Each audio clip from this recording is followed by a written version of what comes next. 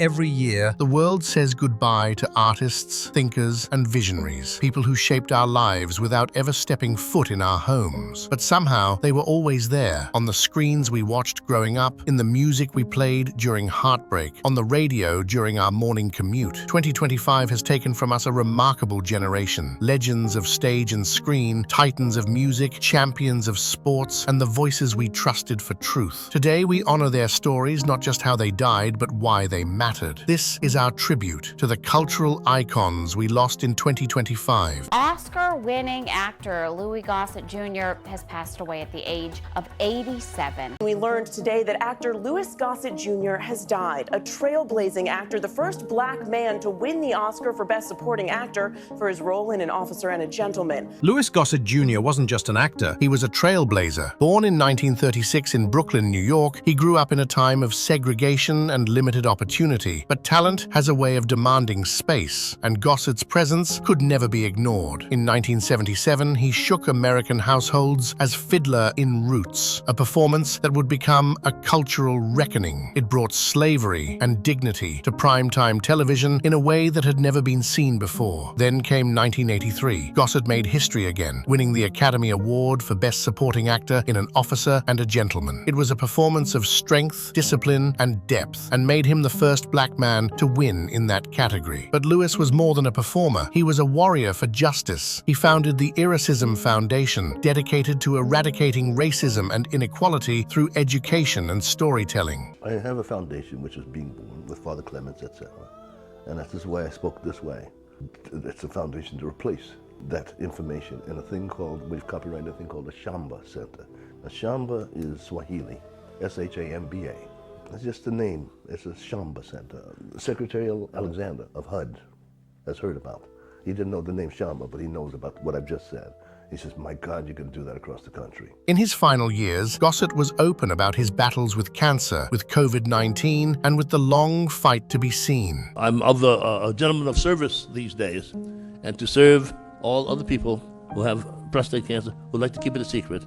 I came out of the closet and said so. He passed away peacefully at 88, leaving behind a legacy not just of roles, but of resistance. A real-life Iron Man, the artist behind these monumental steel sculptures that have appeared all around the world over the past half-century, Richard Serra, has died at the age of 85. Richard Serra reshaped the way we interact with space. A titan of minimalist sculpture, Serra was known for his massive steel installations. His works are part of the permanent collections at the Guggenheim Bilbao, MoMA, and museums across Europe. To walk among a Serra sculpture was to feel disoriented, reflective, and in awe. His art wasn't just seen, it was experienced. They put a helmet on you with a hood, and it's a very thick asbestos suit that you're in. You look like you're going to Mars. And you have very big high boots on, and your pants are covered, and your legs are covered, and you have big gloves on. Serra passed away in March 2025 at the age of 85. His influence reaches far beyond the art world, into architecture, urban design, and public consciousness. Starsky and Hutch star David Soul has died. David's wife, Helen Snell, said he passed away yesterday after a valiant battle for life in the loving company of family. David Soul was a rare breed, an American actor who became a British pop sensation. He rose to fame as Detective Ken Hutchinson in Starsky and Hutch, one of the most beloved cop shows of the 1970s. But across the Atlantic, he was better known for his voice. His 1977 single, Don't Give Up On Us, topped charts in the UK and US, and he followed it with other romantic hits that cemented his place in British pop history. In later years, Soul embraced theatre, starring in West End productions and becoming a citizen of both cultures. He passed away in January 2025 at 81. His death was mourned deeply in the UK, where his music is still remembered with warmth. We are following breaking news. This just coming into our newsroom. O.J. Simpson, the former football star who was accused of killing his ex-wife and her boyfriend, has died. Few public figures were as famous and as polarizing as O.J. Simpson. An NFL Hall of Famer, he dominated the 1970s as a running back for the Buffalo Bills, winning the Heisman Trophy and setting rushing records that stood for decades. tell them all just stand down to the cup goal and the stands clear. I've been out running, top gunning competition, they know who the man here. I can never fail, I can never fall, counted up without a cashier. He crossed into Hollywood with roles in the Naked Gun series and was a frequent guest on talk shows. But in 1994, his fame turned into infamy. Accused and later acquitted of the murders of Nicole Brown Simpson and Ron Goldman, his trial became a global media sensation. O.J. Simpson died in April 2025 at age 76 after a private battle with prostate cancer. To some, he remained a symbol of athletic greatness. To others, a reminder of how celebrity and justice collide. Joyce Randolph, the woman remembered for playing Trixie on the TV comedy The Honeymooners, has died at age 99. Trixie, will you come along, please? Don't be late. Joyce Randolph, who passed away just shy of 100, was the final living link to one of America's most iconic sitcoms, The Honeymooners. As Trixie Norton, the witty and loyal wife of Ed Norton, she captured the spirit of post-war television, working class, relatable, and ahead of her time. Her screen presence was modest but memorable. She shared the stage with Jackie Gleason, Art Carney, and Audrey Meadows, and never once was outshined. He's a troublemaker. Well, I have got news for you, Ralph. You and Norton and some of the men in this building can learn an awful lot of things from Carlos. He happens to be a gentleman, Ralph, and that seems to be something that you have forgotten all about. Though her acting career was relatively brief, Randolph became a treasured figure for fans of classic TV. In her later years, she embraced her legacy with humility, often appearing at conventions and retrospectives. She died peacefully in her sleep in New York.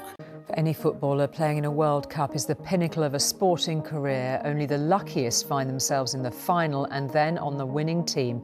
Franz Beckenbauer, whose death was announced today, achieved that rarest feat. He was one of just 3 men to have won a World Cup, both as a player and as a manager. Franz Beckenbauer wasn't just a footballer, he was football royalty. Born in post-war Munich in 1945, Beckenbauer became a symbol of West Germany's rebirth. Known as Der Kaiser for his leadership and elegance, he revolutionized the defender's role by inventing the sweeper position, effortlessly transitioning from defense to attack. He captained Germany to World Cup victory in 1974 and then, remarkably, coached them to another win in 1990. In a divided world, he united fans. Whether in Munich, Milan, or Manchester, his style was admired.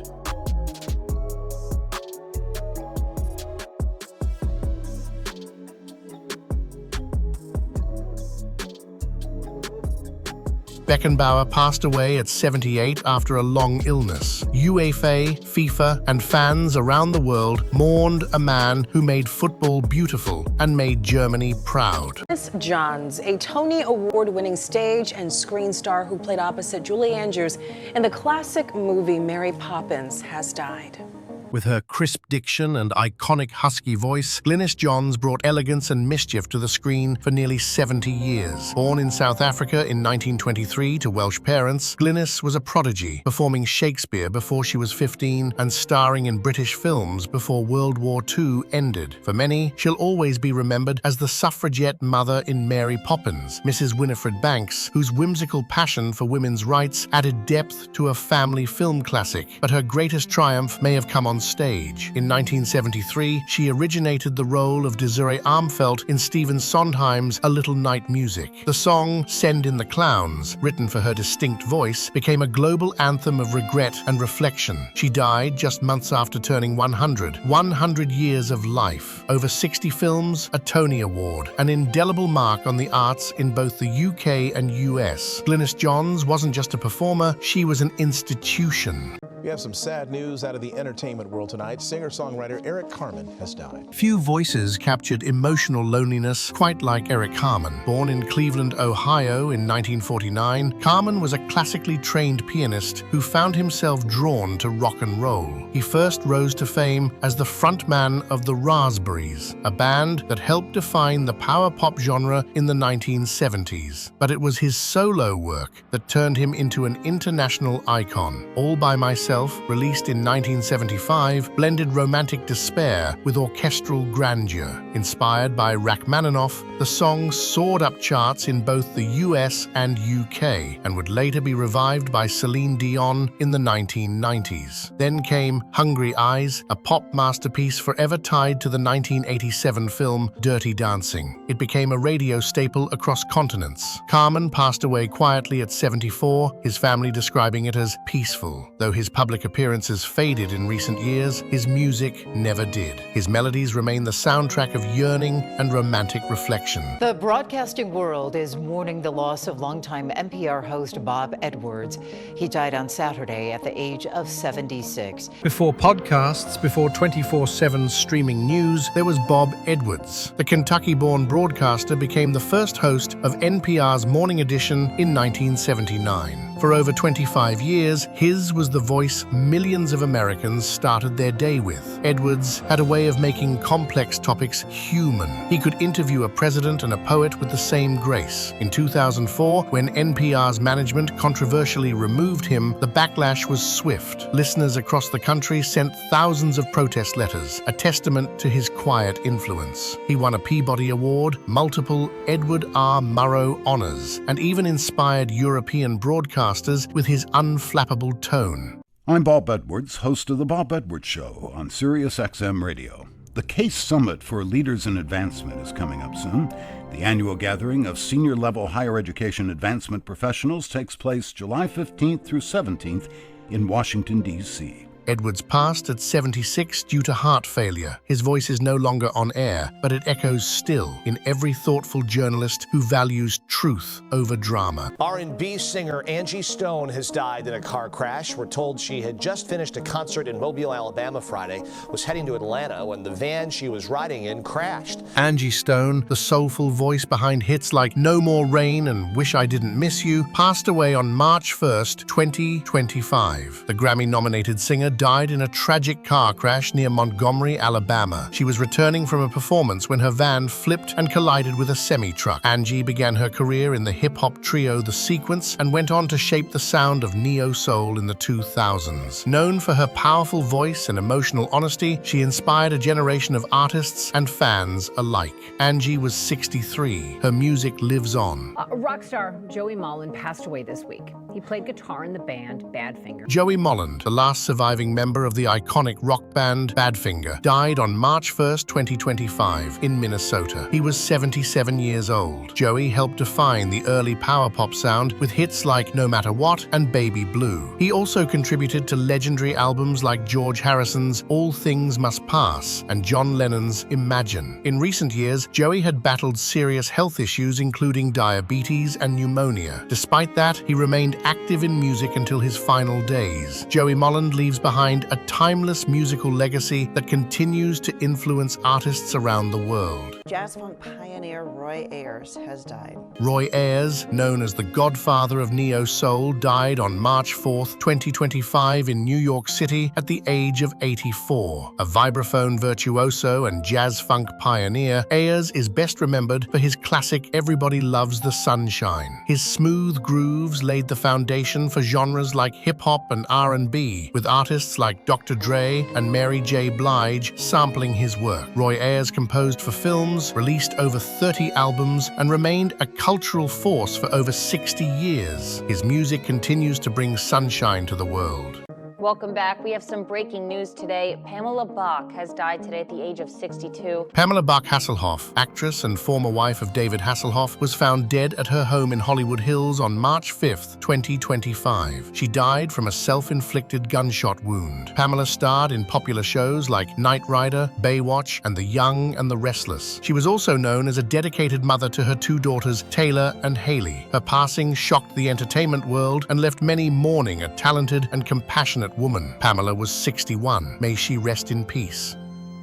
Wings Hauser, the rugged character actor with roles in over 100 films and TV shows, died on March 15, 2025 in Santa Monica. He was 77 years old. Known for his gritty performances in Vice Squad, Tough Guys Don't Dance, and as Greg Foster in The Young and the Restless, Hauser left his mark as a true Hollywood original. He was also the father of Yellowstone star Cole Hauser. Battling COPD in his later years, Wings continued to act and write. Now, the sad news that the film star Val Kilmer, who played Batman and Jim Morrison, as well as starring in Top Gun, has died at the age of 65. Val Kilmer was one of Hollywood's most charismatic and versatile actors. Born on December 31, 1959 in Los Angeles, he rose to fame in the 1980s with hit films like Top Secret and Real Genius. But it was his unforgettable role as Iceman in Top Gun that made him a household name. Throughout the 90s, Val delivered iconic performances, from embodying Jim Morrison in The Doors to the legendary Doc Holliday in Tombstone, and even stepping into the Batsuit in Batman Forever. He worked alongside legends in films like Heat and The Saint, cementing his place in cinematic history. In 2015, Val was diagnosed with throat cancer, a battle that affected his voice and health but never dimmed his spirit. Against all odds, he made a touching return in Top Gun Maverick with the help of AI voice technology. Sadly, on April 1, 2025, Val Kilmer passed away at the age of 65. The cause of death was complications related to throat cancer and pneumonia. His resilience,